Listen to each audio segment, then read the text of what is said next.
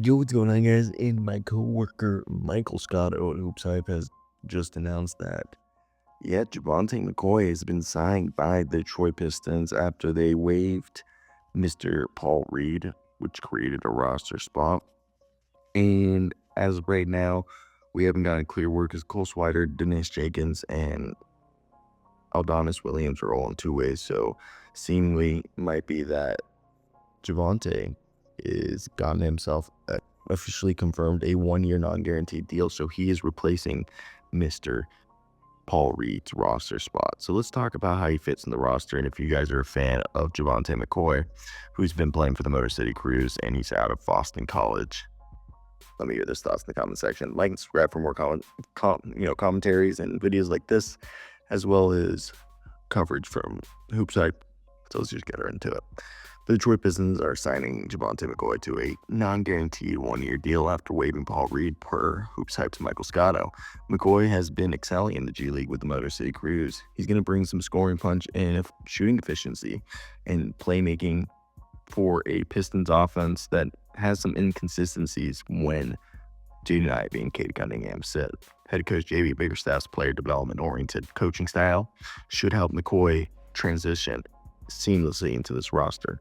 In the 12 games this season for the Motor City Cruise, McCoy's averaging 14.7 points, about 15 points, 4.5 rebounds, just under 3 assists per game while shooting 58% from the field, almost 52% from 3 basically, and 93% from 3. I mean, these efficiencies are wild. And I think the craziest part is that I look at this and I think we always knew that McCoy was a guy who had the ability to create and convert scoring opportunities both off the dribble as a spot up, off the dribble and as a spot up shooter.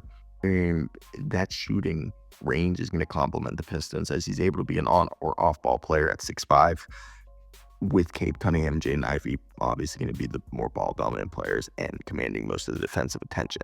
McCoy's actually active defensively and is an above average athlete, so he'll be able to guard multiple positions, arguably could play 1 through 3 if you need him to.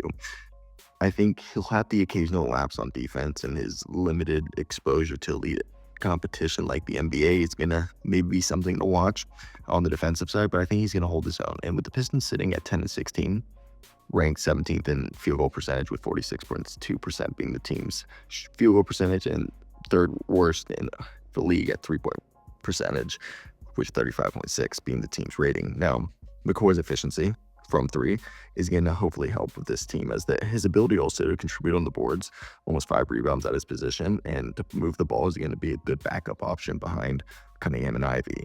And with Malik Beasley supposedly being shocked, who's averaging 15.5 points and shooting 40% from 3, while Tim Hardaway's been a bit more inconsistent from 3. Both of those guys could be on the move, which would allow Marcus Sasser to get some minutes. The second-year player who's averaging 6.5 points in only 13 minutes, and Wendell Moore, who's also showing some flashes in limited minutes. But if that happens, McCoy should also get some minutes, and I think this will allow Bickerstaff to emphasize the player development, which is going to allow McCoy to get his time with these lineups if Bickerstaff starts to experiment with some rotations to identify the best lineups if or when Beasley and Hardaway are moved, as Hardaway could be a buyout candidate or just a salary dump, while Beasley salary dump for Hardaway, but Beasley could be a guy that a contending team trades for. So I think McCoy being signed is kind of maybe foreshadowing Detroit moving on from some of their veteran players,